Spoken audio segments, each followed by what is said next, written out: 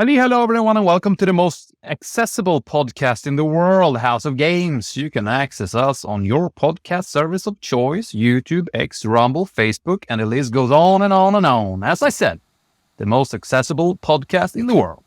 Today, I'm joined by my hard of hearing host, Otto. Otto. What? Can you hear me? Otto. Hello. All right, here he is. And in his blind spot sits me, Brune. The amount of inappropriate jokes I can do is insane. So let's just roll up that ramp and enter this week's episode of House of Games.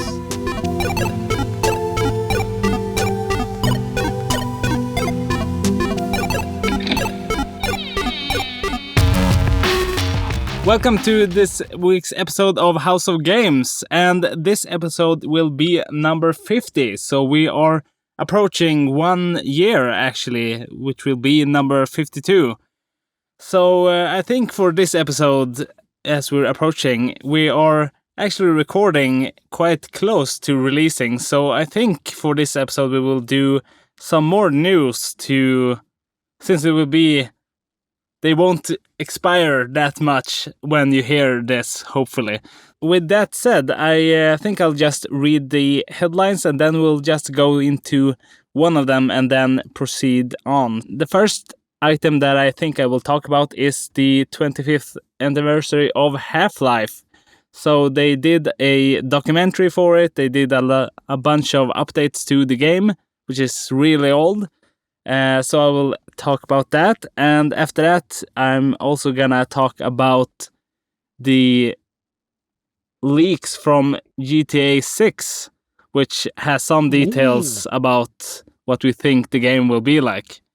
And then there's the Steam Deck OLED model which was released. I think you could call it like a Steam Deck 2 with better hardware and stuff like that. So that will be next. And then lastly, I think we'll talk about there was an announcement that there will be a Legend of Zelda movie coming out. So that's what's in the roster. So I think the first one that we'll touch upon is the Half-Life one. So Rune, if I remember correctly, you hadn't played Half-Life before. Oh, no, I have. You have? All right. Yes. Not a big PC gamer. Maybe that's why you thought I hadn't played it, but I did play it back in the day. I think I must have mentioned it in this podcast because that was the first time I experienced this thing where things are happening in the game while you're not looking. And I thought that blew me away. I thought that was so impressive. Just from the start when you're in this gondola ride, you can look to the left while you see these machines are doing stuff, or you can look to the right and you won't see it, or you just look at the guy with the suit. He's right in with you, right? Anyway, there's so many things you can miss if you don't look at it. And even though I was so young back when Half-Life was released, I still I remember I was really impressed by it. And which is weird because I remember something I also think I mentioned in this podcast. When people talk about playing Super Mario 64 for the first time, they say they had this experience like, wow, that was so cool running around in 3D and so on. I did not feel that at all when I played Super Mario 64. And I'm not sure why I didn't like that. Seems to be like like most people thought that was amazing how you could run around in Super Mario 64 and jump and all that stuff.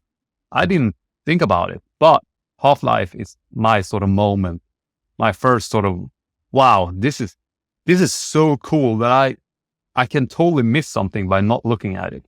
It's a weird thing to pick up from Half-Life, but that's the strongest memory I have of Half-Life. But you as a PC player, I assume, have played it. Yes, absolutely. So actually I hadn't played Half-Life at all or any of the Valve game except for Portal going into high school at all. So I think there was at some point I read, another article about how like there was some, I think it was PC Gamer or something, like the best games of all time, and then Half-Life 2 was on the top. I've heard about the game before, but I had no idea what it was about or what you did in the game or anything. So I thought that I would just play through all of the games from start to finish, which I did like in one of the years in high school. And I was also like blown away, like how could I miss this? This is just such a great game. I mean, from everything from like gameplay and graphics to like the story and everything. So it was just amazing. Have you played the VR version? I have not, so yeah, that's the only one that I haven't. I wish I could play it, but you know, like putting $1,000 into VR equipment and then having a good enough computer to go with that. I don't know if I can just justify that for a single game that I would like to play, because that's the only thing that I really, really look forward to. And like for the rest, I haven't really, you know, gotten the thing about VR. I don't think it's that as much fun as just playing like regularly. I don't like having some stuff strapped on me, and you know, I just want to be able to also look at my phone or like talk to people next to me or whatever, not just be entirely enclosed in something when playing stuff. I don't know, maybe that's just me. Yeah, well, I absolutely love VR, and I really want to play this Half-Life game. That's the only one I'm missing too. I played the 1, 2, the Alex. I believe it's 2 games, if memory serves. And I also believe you play as her in this VR game. Anyway, I do, fingers crossed it will come to PlayStation 2 VR. I don't play on PC. It's just, to play games on where I work, it's the worst distraction ever, that and my cell phone. So I don't mind popping on a VR headset and not seeing anything else in the outside world. But it is weird to play when like my wife and kids are home. I remember with the original PlayStation VR on PS4, I played Ace Combat in VR. And then my son just learned to walk, and he was like walking around, and I was sitting there playing. I was like flying this spaceship aircraft, and then I remember he just walked up to me from in my dick area and punched me in the balls, and that was a bad memory. And I was just so shocked because, yeah. So playing VR is with your family around. That's not nice. But this, PlayStation 2 VR and the one Valve made for this Half-Life game, I believe have a camera, so you can sort of look at the outside world if you want to. But I was gonna say about VR, I'm surprised you're not blown away. As I mentioned before about how people talk about Super Mario 64, my first experience where I was so blown away by video games was while playing Astro Bot Rescue Mission on PlayStation 4 VR. I was just absolutely blown away. I couldn't fucking believe it. And it's just like a platform game where you run around and collect stuff. The way they used the VR for that was just so impressive. And to me, if they announce Astrobot VR Mission 2 for VR, I will pick up a VR 2 and a PlayStation Pro. I hope they will come about the same time, because I have still not a PlayStation 5. So I'm sort of waiting for the Pro version, and then I want to pick up the PlayStation VR headset 2 with that game. And then I hope that Valve will release Half-Life VR on PlayStation 2 VR. So then I have played all of the games. That was a long and weird way of saying I love Half-Life. I played all of them, and I can't wait to play the VR version. But just like you, I don't want to play it on PC. For me, it's just, I really hope it comes to PlayStation. Yeah. Well, I feel it's a little bit like, you know, the Wii Fit, when that came out, and all of like the Wii games. I don't like VR, I think, for the same reason. Like, I don't want to stand up when I'm playing games. I don't want to wave my arms around. I just want to relax and not use any, like, muscles. I want to, like, it's a relaxation thing for me, I think. And it's, like, the same way, like, you know, it would be fun to have, like, say that you want to watch The Sopranos, the TV show, like, in VR. You know, that they would create it so that you can walk around the characters and stuff. That would be cool, but you wouldn't want to watch like all 6 seasons, like having to walk around and stuff. Sometimes you just want to lay down on the couch, press play, and not like. And maybe I'm a lazy piece of. No, I agree. Like the only problem I have with VR, we should save this for if we get those blokes from Crossplay over to talk VR. But the only problem I have with VR is that it's I don't want to stand up either. But that's why Astrobot Rescue Mission is perfect. You don't have to stand up. It's just sitting down. And I can't believe there are not more games like that. It's just it's perfect. You sit down like you used to and play a game the way you would. But it's just that you're inside the world and you can just look around. And, it is like playing a game except that you're inside it. I think that's the perfect setup. Man, I'm surprised that there are not more games like that. I even think have you played Silent Hill 1? No, actually not. Okay. Well, there's a very infamous or famous scene in that game. You're running into an alley, and this is back on PlayStation 1, and the camera angle is so weird how it's sort of, you running towards the camera. It's sort of like up in a corner, and then you run towards the camera, and it's sort of looking down at you, and then you turn a corner, and the camera angle is sort of like twisting a little bit while you're running away. I'm thinking, how cool, but you do know those old Resident Evil games, Silent Hill and so on, that they have static camera angle. And even Final Fantasy 7, 8, 9, for example, there's a static camera angle and you're running in front of it. I'm thinking even that would be fucking cool in VR, that I am the camera angle. And I'm just sitting there as the camera, and then I can just I just control my character like I would in Final Fantasy or Resident Evil. But if I want to look to the right and see if I can find any zombies, I can do that. And then, of course, even with that, this became like very VR heavy, but I can't wait to play Half-Life VR because those games are so creative in so many ways. So I think, I imagine there will be some blow away moments where they play with VR in a way you would not expect. So yeah, probably. But I would say, as a last point before we go to the actual news, is I agree with you. I think I would like to have VR like where the controls are exactly like the way that you control something like a video game, and not like having to. Like, I can maybe move my head around, but I don't have to. I could just use the controls to move like I would an FPS game, for example. That's like how I would want it to be. And so continuing on with the Half-Life anniversary. So the first thing that they did that I think everyone should check out, I mean, whether you play it or not, but they did release an hour-long documentary on how the game was made, like everything from the idea stage and like Gabe and like quitting Microsoft to create this game company, and like doing the textures and the music and the AI and like redoing stuff and all of that. So really well made documentary, and I think it's one of the guys from NoClip, I think, is one of the persons who made it. So it's a really good quality. I really recommend it.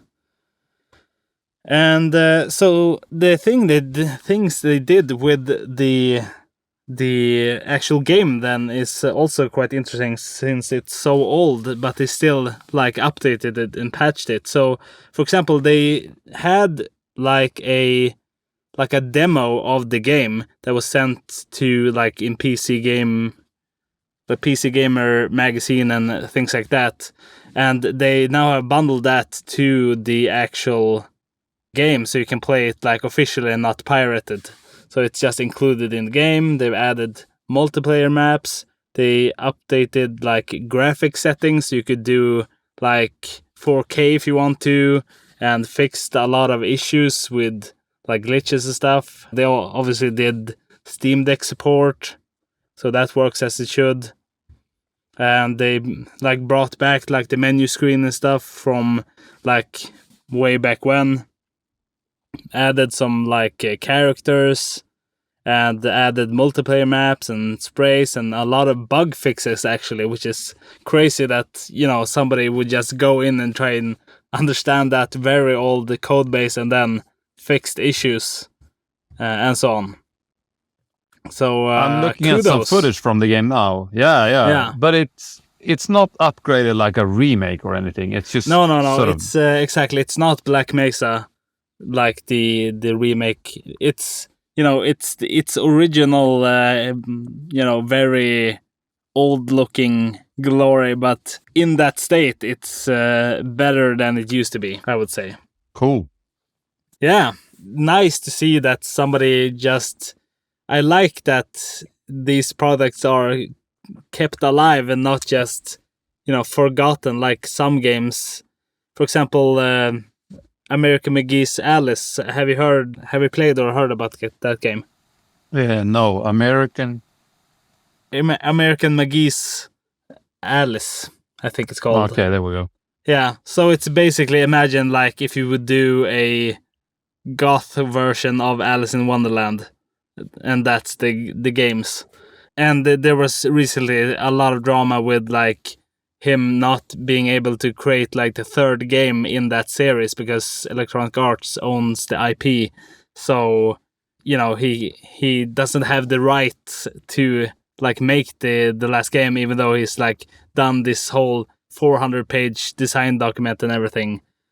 Where was I going with this? Oh yeah, so the second game in the series is, I bought it for PS3 when it came out, but that wasn't launched like digitally, so you can only get it, I think, like on disc, and those discs aren't being printed anymore, so you can't get it anymore. So it's sort of a abandonware. So that was the point. That I'm glad that like Valve is just keeping this product alive and not just, if you would just abandon it, then eventually like your operating system wouldn't be able to play it, and it's just, it's going to be really hard to even experience it. But I'm glad they really put effort into keeping it alive. Yeah, speaking of keeping games alive, there is, have you heard about that? I'm trying to Google as we're talking, like a game museum. I think it is located in the United States, and they are collecting one physical version of every game that ever came out. This is quite old news story. Yeah, but I think the idea, I remember hearing this on like Kind of Funny podcast years ago. But I think the idea is that you as a developer should know about this, and you send a physical copy to them. So it's not like them trying to reach out to everyone like, hey, can you send us a physical copy for preservation purposes? So it's sort of up to you as a developer to send your game to them. Maybe they have digital stuff too, but the whole idea is to make sure that games don't disappear, because I agree, in this online world we're living in, that's the problem. MAG on PlayStation 3 was a massive action game. I think it stands for.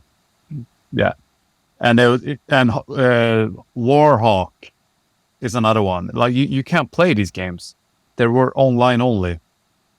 So they're gone, and they're only, less than 10 years old. And yeah, it sucks. It is like that, but I guess that's when you have online only games, that's always going to be a problem. However, I think moving forward, it's going to become more and more common not to have access to games, even though they are single player games, but they have only been released online. Like Knife Boy, for example, is probably going to disappear out of existence at some point. But this museum, which I can't find it right now, just Googling it. You can send your games there if you're a developer, and they will keep it there. Sort of reminds me of that Noah's Ark in Svalbard, Norway. They collect all this DNA from plants and animals in a fucking freezer in case the world goes to shit. It's kind of like that for games. Well, the seed bank, I think. Yeah. Seed bank. I think it's called seed bank. It's actually like plant seeds. Ah. Not something else. I thought it was like a hole in the wall, and you're standing there in Svalbard, like minus 42 Celsius degrees, trying to get a boner. So like a frozen glory hole. Yeah. Well, so news item number 2 then, I guess. From one Valve thing to another. So the Steam Deck 2, I think you could call it, or like the OLED model of Steam Deck is out. So I'm just gonna list some improvements with this. So it's 7.4 inches and it's OLED, so I think that's another display technology than the original one, which is like more battery efficient.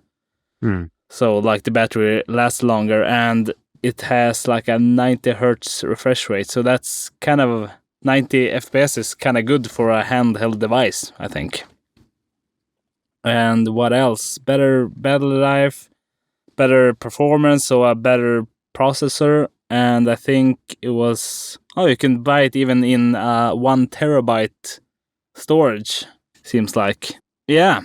So cool. I'm glad that they're continuing on with the Steam Deck, because it means like in the background it's running Linux. I'm really happy as well, as a sort of a good side effect, that this also supports like a lot of stuff for Linux to make it a better like kernel and making that whole ecosystem work better as well. So yeah, I like Valve. They're good guys.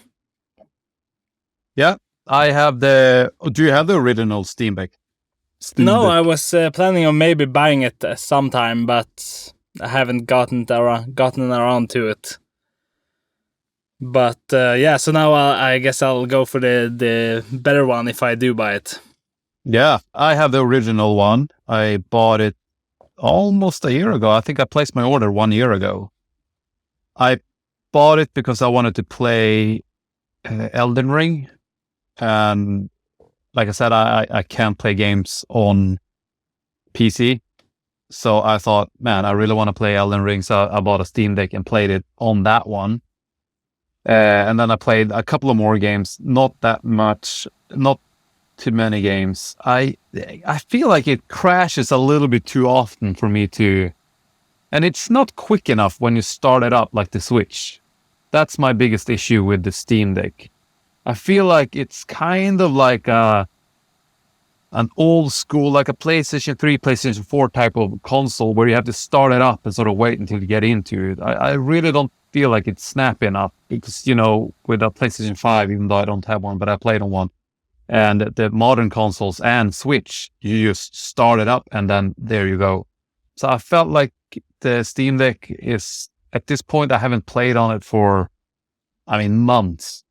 But I did want it because I thought it would be neat to use it while developing Sunset Moon, so I could transfer my game to the Steam Deck for one of the reasons you mentioned. It's Linux, so see if it works on Linux. And also, you know, my goal is of course to put my game on the Switch, or maybe Switch 2 by the time my game is done. So I thought it would be a perfect sort of handheld device to try it out on, and also to use the native controllers, if you will. I always think it's a bit weird to test my game on my PC with a controller that I connected to the PC.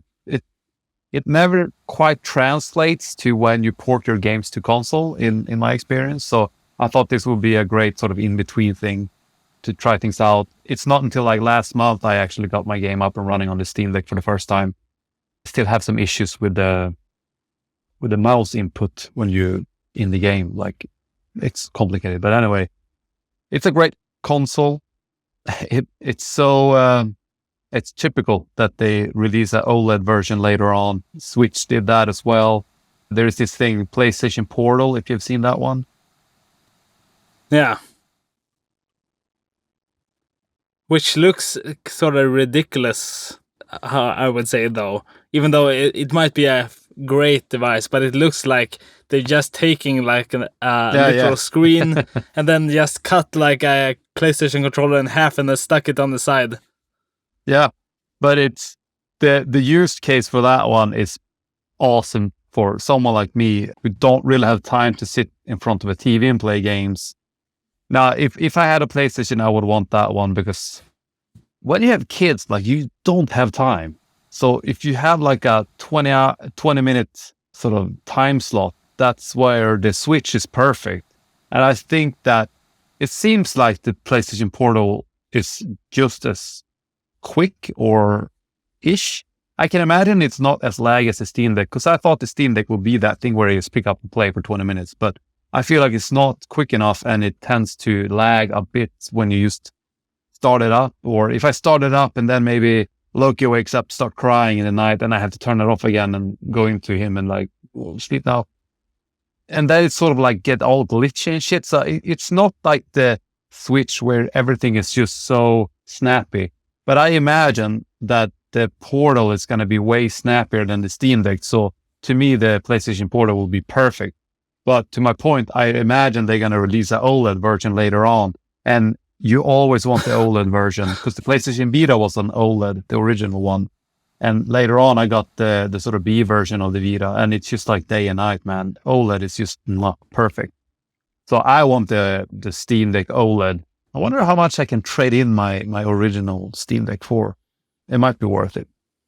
So, like on that point with OLED, so except for like being more battery efficient, what does it do in terms of like display? Because I know that you could buy like a full size TV in OLED as well, and there's LED and there's LCD and plasma and stuff. So I'm not really 100% on what those different things do. So for OLED, what would you say is like the killer app, or the killer feature with it?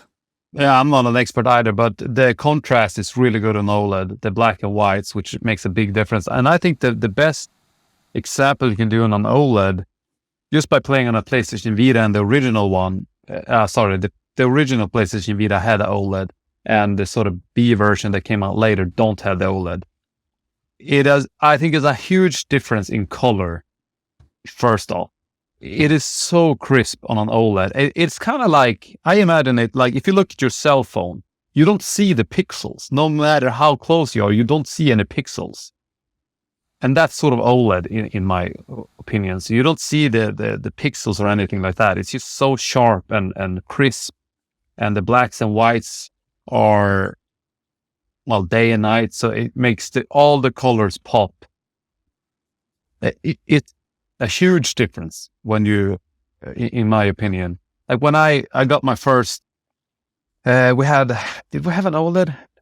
No, I don't think I ever had anything with OLED, well, except the PlayStation Portable. Oh, I went to my cousin, and then I just asked him, like, start the Gravity Rush, or, it's called Gravity Rush in the West. Gravity Days here is a PlayStation game. It's very colorful. And I was like, launch this game, I want to see it on OLED. And it's just like, wow, everything is just so beautiful on OLED. So that's it, really. It's beautiful. Cool. Very cool. I'll have to pay attention next time I see some OLED display, I think. So for the next news item, GTA 6 leaks. So I assume you have played the GTA games. Yes, I have played. Well, I think I mentioned this before, but GTA 3, I played into oblivion. I think that's how big I want open world games to be, not bigger. I think we talked about this a couple of months ago.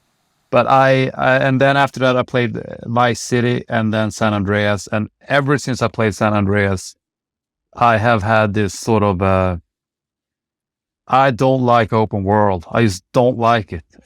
It's just something.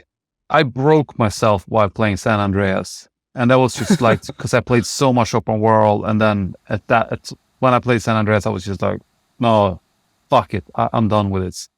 So I have played all of the Grand Theft Auto games since then, but I don't think I ever finished one. And this is because of their open world, and I get distracted, and I don't know. It's just, it's not my cup of tea to play open world games anymore. But recently I learned to sort of stick to the main story and just do it that way. I want to go back and play Horizon and Spider-Man, and then Miles Morales, whatever, and then Spider-Man 2. These are also open world games, but you can obviously just play them for the main story. But my OCD is don't allow me to do that. I have to do fucking everything, and then I get sick of them, and then I stop playing like maybe 25% through the main story. But recently I learned to sort of ignore all the other things. And again, I think it goes back to being a dad, and I don't have time to play games. And it's just like, when I play, I'm just going to fucking play the story, because otherwise I will have to play like a game like Spider-Man would take me a year to finish if I'm going to do all of it.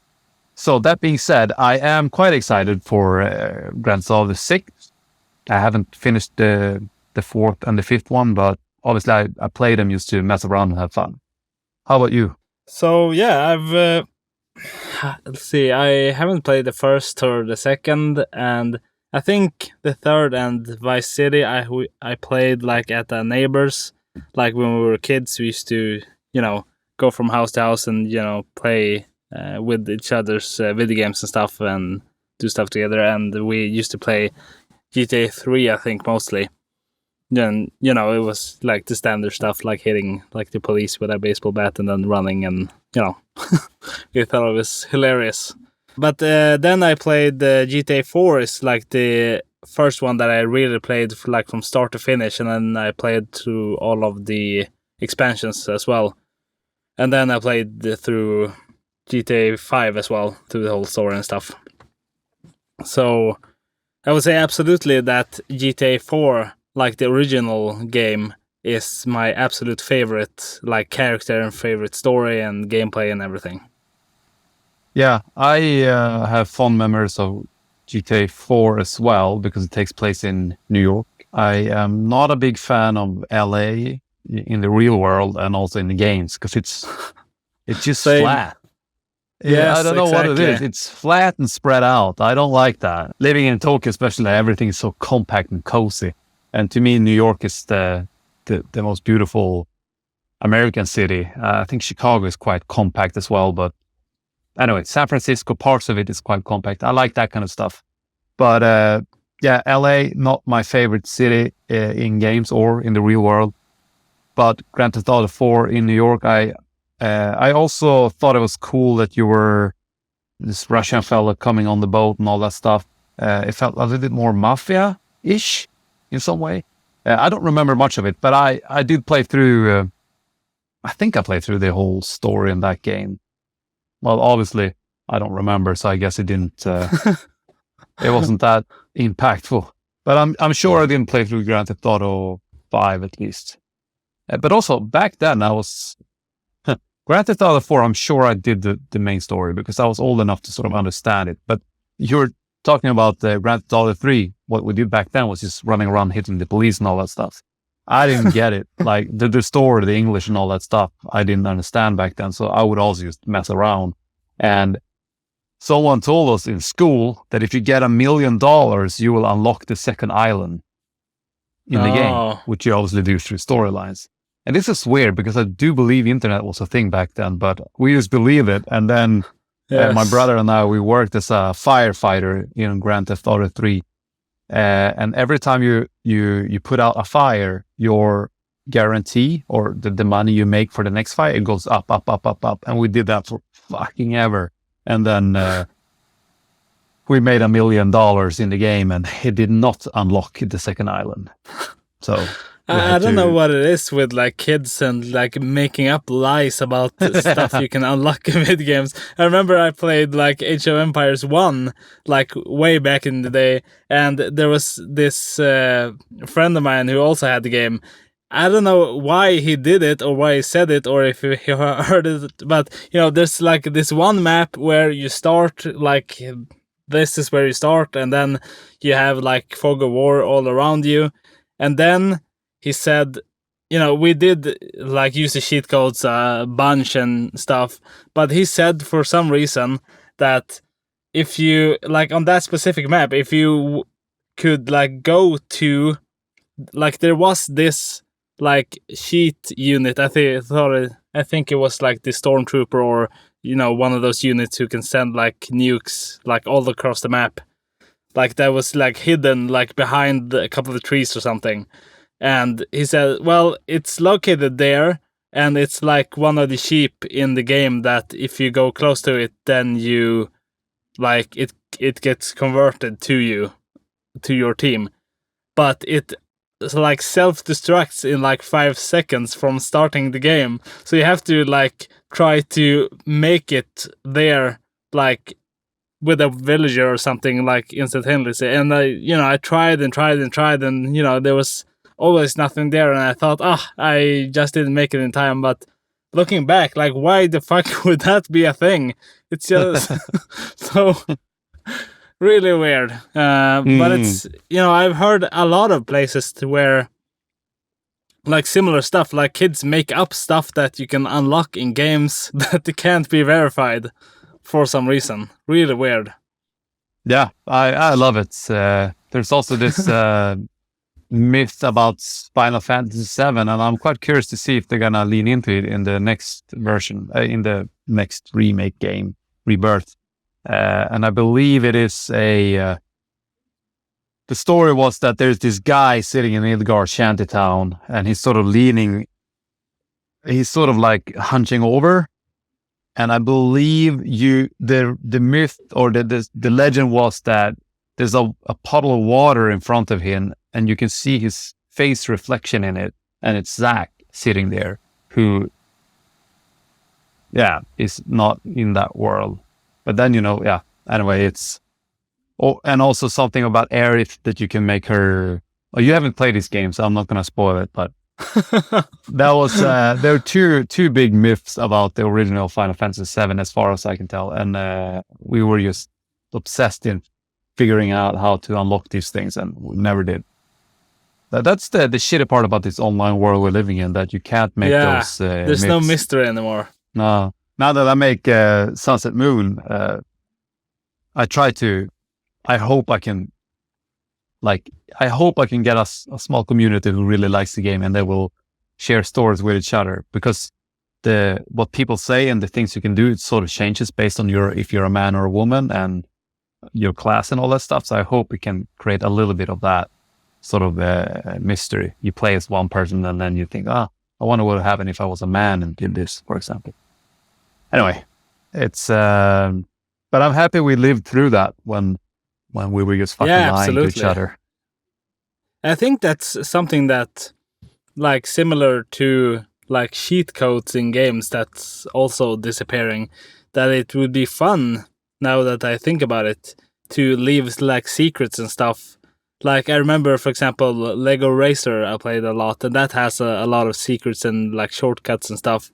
And then you have like the Harry Potter game, at least the first 3 on PC, who also had like tons of like secret doors or secret chambers and stuff. And it feels like there's too little people or too few studios doing stuff like that in their games. It's all like what you see, it's what you get, and some mystery, and there's you can't you don't know exactly everything that's gonna be in the game just from playing it like you're like supposed to. Now that you say that, I think I have in Knife Boy on Switch and PC, I think I have a way you can unlock a debug menu if you go somewhere within a minute or something along those lines.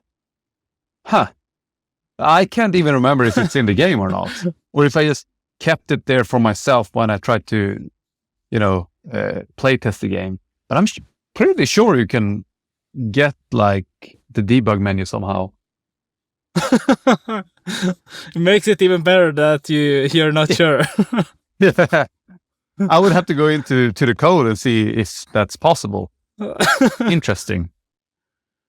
Yeah, that's like the Konami code. Which one is that? So I think I don't know what the code is, but I think on some like Nintendo games, like on the NES, you could like press BA and a couple of like arrow and so on, and that would just always unlock like unlimited health and stuff. And like the developers just kept that in for testing purposes, because then you couldn't like, it wasn't as easy. You had to like write it to a disk or something. See, yeah, that's true. Those a lot of old games had that. I was gonna say in Red Colony 2, I sort of made there's an area you can enter towards the end of the game, and then I made a drawing on a wall that showcase as soon as you start the game, there's a place you can crawl, and then you get 3 keys, which you can then use to unlock 3 lockers and get all the outfits of the game. So, but in that case, it's kind of like on your second playthrough, because you wouldn't know that until the end of your first playthrough. But then if you play the game again, you know that, okay, if I go in here, I get these 3 things, and then I can unlock all the outfits, so I can play the whole game in bra and underwear, or the police outfit and the third outfit. I don't remember what it was, but yeah. So yeah, but I agree. I agree. It sucks that those things are not in games anymore. Yeah. You know what we should do for bonus episodes when we get like enough listeners to have some Patreon or something, is that we should do like a playthrough of those games or Knife Boy, where, you know, you can be there and I'll play it, and then I'll probably just comment on like playing it and stuff, and, you know, that would be like probably a super long video that you would cut up into chunks or something. But that would be fun to sort of I can give you my perspective and stuff, and there's probably gonna be, you know, unexpected stuff, or, you know, that would be fun. With Red Colony 1, I think Adam and I did was it all Red Colony 1? We did something along those lines, but I didn't spoil the game. So if we do that, I would like to spoil it, like all the these Easter eggs that you. Because there is some Easter eggs that are super, well, I think they're pretty damn cool, that I don't think anyone figured out. So that would be fun. Spoil that. Cool. Well, I guess if we put it behind a paywall, then, you know, people wouldn't stumble upon it. Then you would only see it and get spoiled if you absolutely commit to it, I guess. So Yes. yeah, that would be fun. We could do a super short playthrough of my failed farming game as well. Yes, that would be fun. Yeah. I think that video would probably be like 5 minutes, so. Yeah, but there are probably a lot of things to say about it. Yeah, I guess so. I mean, it did take some time to develop it to the point where it got to, but yeah, it's still sort of, you know, I'm thinking that, you know, someday maybe I should either like finish it or like make it open source, so if anyone wanna like fix it, then be my guest. Yeah, I have still, I think I mentioned before, but I still want to sort of release Red Colony 1, because Red Colony 1 doesn't have any paid assets in it. It's all made by myself with the help of YouTube tutorials, of course. A part of me want to release the whole game on like Unity, so you can download it for free and just basically get everything. And then you can just swap things out and make your own version. Because I mentioned many times, I only make games that I want to play. And I would be stoked if someone made a fucking ridiculous game like Red Colony in terms of story and a little bit of the fan service and the anime aspect of it, and like all those goofy things combined, which I think makes Red Colony unique and fun. I wish someone else did that, not me, so I could experience it instead of making it. So that's still on my to-do list to release the whole game like that, so anyone can download it, and hopefully, you know, they will change the art and all that stuff, so it's not Maria and James and all these guys. If we get more listeners, we could have like a Red Colony modding competition. So like the best skins or the best story or whatever it is. That would be fun. I still have this dream to put it on PlayStation. I mean, just before we got kicked out of Sweden, I made it work on my PlayStation 5 dev kit, which was a bummer that all 3 games worked from start to finish, and then we had to leave. So I was just about to send them into PlayStation, I believe, before we got my wife's visa got canceled. But if we're back to Sweden next year, I am maybe gonna revisit the Red Colony games. And now that with the help of ChatGPT, I feel like I would be able to fix all the scripts because it's a very buggy game. And now I'm, doing JSON files and stuff for Sunset Moon. So I learned this load and save system quite well. So I would love to go back to redo the Red Colony games, maybe put them all in one game. So just all in one file. And then there is this other untold story that I would like to include in that and release it for PlayStation. But, that's... cool. And if I did that and we have listeners who would like to contribute with the skins and stuff, that would be perfect to maybe put that in the game. Because actually one of the ideas of the original game was that, you get attacked by zombies and they rip your clothes off. Very fan servicey. But the idea was that you would have to make it to the mall in Red Colony 1 where you enter a clothes shop. You still enter this shop in the game. But the idea was that you would find new clothes and go into a dressing room and get new clothes. And thus your health is up again. So that was one of the original ideas, which I couldn't pull off because, I sucked at programming and all that stuff. But this is something I would like to have if I remake the whole game. So you could just have maybe 10 or 15 outfits. And then, so in Red Colony 1, you have 4 outfits, and Red Colony 2 you have more, and Red Colony 3 you have more, and then maybe some codes you can unlock all of them and just use whatever you want for fun. Yeah. Anyway, that's enough about Red Colony. Cool, very cool. I really hope you can do something like that. It would be fun to play them as well. Yeah. All right, so I guess last news item then. So apparently there's a live-action Legend of Zelda movie that is officially announced. So, yeah, I don't know. I haven't played the Legend of Zelda games other than just trying it out once or twice. So I'm not that familiar with the franchise, but I really, in one way, I think it's cool that you can do more. People are daring to do video game movies again, and there's a lot of stories I think that could be told in movie form, and it would really be amazing. But I don't get why every one of these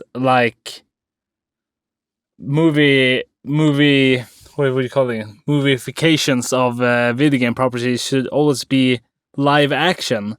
As I said before, it's people don't have confidence that video games can be for adults as well. So, they have to make it live action to make it real or something. Because there's, some stuff just looks so ridiculous in live action where it doesn't when it's animated. So I don't get why we need to have it with I don't know, what is it called, Chris Pine as Link or something. I don't know. I think just having it animated as it is, because nobody looks like the actual character, because he doesn't look like an actual human, just a cartoon of a human. I don't know. What's your take on it? Yeah, a part of me think that is some sort of artistic bullshit, pretentious asshole sitting somewhere. No, well, I'm thinking it's gonna be live action, and then people go, well, it's it's kind of animated. Yeah, but I'm the artist here. That's a part of me thinks like that. But then you look at Cyberpunk had their animated show, which was very successful and really cool. Yeah, Super Mario. Man, yeah, I exactly. absolutely loved it. It was just so good. So nostalgic. I really thought it was an amazing movie. I'm not like a movie guy, so usually the stuff my wife and I enjoys watching is considered crap from people who watch movies and know that kind of stuff. But I really enjoyed the Mario movie, the Cyberpunk one. I have yet to see the Last of Us show. I mean, I think in that case, it makes sense to make it live action. From what I've seen, though, it seems quite cheap. I haven't seen any zombies or anything like that. It seems to be more like a drama, but I mean, it won some Oscars and stuff, so it's obviously a really good movie. And I want to watch a series, and I really want to watch it. So maybe closer to The Last of Us season 2, I'm gonna try to convince my wife to we watch that one together. And another cool thing I enjoy, or from what I've heard, I haven't heard that much, but it seems like they're not sticking to the script to 100%, which I like. So they're being a little bit taking some freedom to do certain things in a different way in the movie, being the series. Twisted Metal is another live action film from the Twisted Metal game. If you ever play that one. I have not. Well, that's a classic. I love the Twisted Metal 2 in particular when I was a kid. So that's the one with the clowns and like destroying each other with cars and stuff. Yes, Sweet Tooth. So that's that show is supposed to be pretty good too. But then you have Horizon is coming to Netflix. That sounds really weird, and that feels like a movie or a series, a show you can't make unless it's really expensive because you have all these huge dinosaurs. I'm really curious how they're going to pull it off, because I think that's what makes the game interesting is those dinosaurs and the epicness of the environments and all that stuff. So I don't really know how they're going to pull that off in a Netflix show. It must cost a lot to make it sort of have that impact. So then it makes me think that they're going to make some sort of I don't know, focus more on characters and stuff, which I haven't seen Last of Us, but I imagine that's what it's sort of focusing on to keep the cost down. But maybe, I don't know, I haven't watched The Last of Us, but from what I've seen, it's, I suppose it doesn't look cheap, but it doesn't look like a AAA Hollywood movie, which I suppose makes sense if it's a series. But back to Link, I think that one makes perfect sense to have cartoon or animated like the Mario movie. It's going to be weird to watch it live action. So I do think it depends on what kind of IP it is. Yeah, I was just about to say the same thing, that I think also that it matters a lot what the source material is. I'm not familiar with Legend of Zelda, as I said, but I think, for example, The Witcher, I think is something good to adapt into a movie format or a series format, because there is a lot of story there and it's based on a book, so it's, the narrative is sort of what drives the IP. But like, I imagine like Zelda is like the gameplay is sort of the core thing. It's not like a lot of complicated story or anything like that. And it's not like in The Witcher you have like all these creatures and all these like potions and all of these organizations, and it's very like complicated. But I imagine, like, without knowing, like the Legend of Zelda, there's like, we have this sort of monster which is a frog monster, and this blah blah monster, and then this boss, and it's so it feels like that was also the case with The Last of Us. It was a great series, but I felt ultimately that it wasn't made better by filming it. It was made worse. Not like so you watched to make that it one? bad, but yeah, I did. So, like, it's great, but it would have been better if I just played the game, to be honest, because like the voice acting is better, like the story is longer, and there's just more to it, and it skipped over so many parts, and there was just like one character in particular. If you've seen the show, then you know that one character was cut out of the show, and they just read his like goodbye letter, like, oh, I'm dead already, blah blah blah. And that was like a really great character that wasn't dead in the game. A lot of that stuff, and there's just that they just skipped over that I would really like to see, but Interesting. what you gonna do? Yeah, I was thinking, the Legend of Zelda movie or series. It's supposed to be in cooperation with Sony PlayStation movie studio, whatever they call it, Sony. Yeah, and I think it would be cool if they made a Zelda series or a movie. Yeah, it's a movie, right? It's not a series movie. I think it would be cool if they made it's a movie, it like, yes, I understand. yeah, like have you seen the Spider-Verse movies? Sort of like a really Yes, strange, love those. yeah, the animations and the graphics or whatever you want to call it. It's just so cool. I would say that I would be more into that kind of a Zelda movie rather than a live action one. Live action seems weird, but hey, they proven us wrong when it comes to The Last of Us. Like for most people, you didn't seem to be so high on it, but most people say it's great. And Twisted Metal, The Witcher. So, but it seems to this movification of games. It's not what it used to be. So I give the benefit of the doubt, but I think Zelda would, because you mentioned before, like there's no story in Zelda basically, which it isn't. You save the princess. That I know of, at least. Yeah. Well, it's basically like that. But the same goes with Super Mario. You save the princess, but they managed to make a whole movie about it, which is which I thought was cool about the movie is that they made a story about it. It's basically the same as the games that Bowser take the princess and you have to save her. But it's just like, I feel like they could do the same with Zelda. And then I'm just imagining it in this sort of Spider-Verse type of graphics and sort of targeting teenagers-ish with a lot of fan service for older gamers.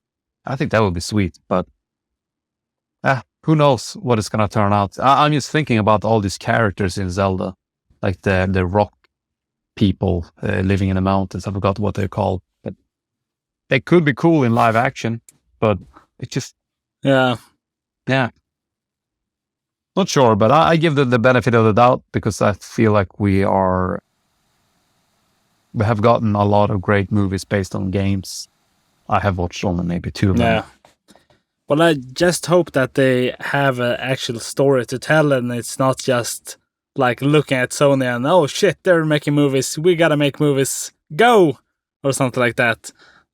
Like that they rather just... There is like, oh, this thing can only be told in a movie format. This is like the best way to tell the story, even if we could choose a game and a movie and a TV series. Like the movie is the best format for it.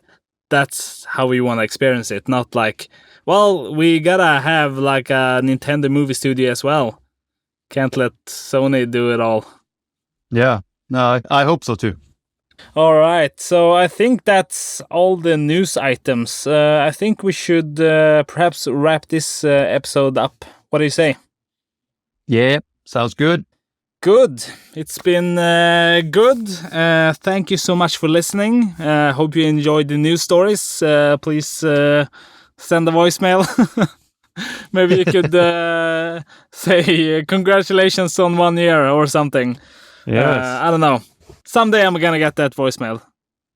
Yes. Yeah. Yeah, I think that will do it for this episode. Thank you for listening, as I said, and thank you, Ruin, for being my amazing co-host as always.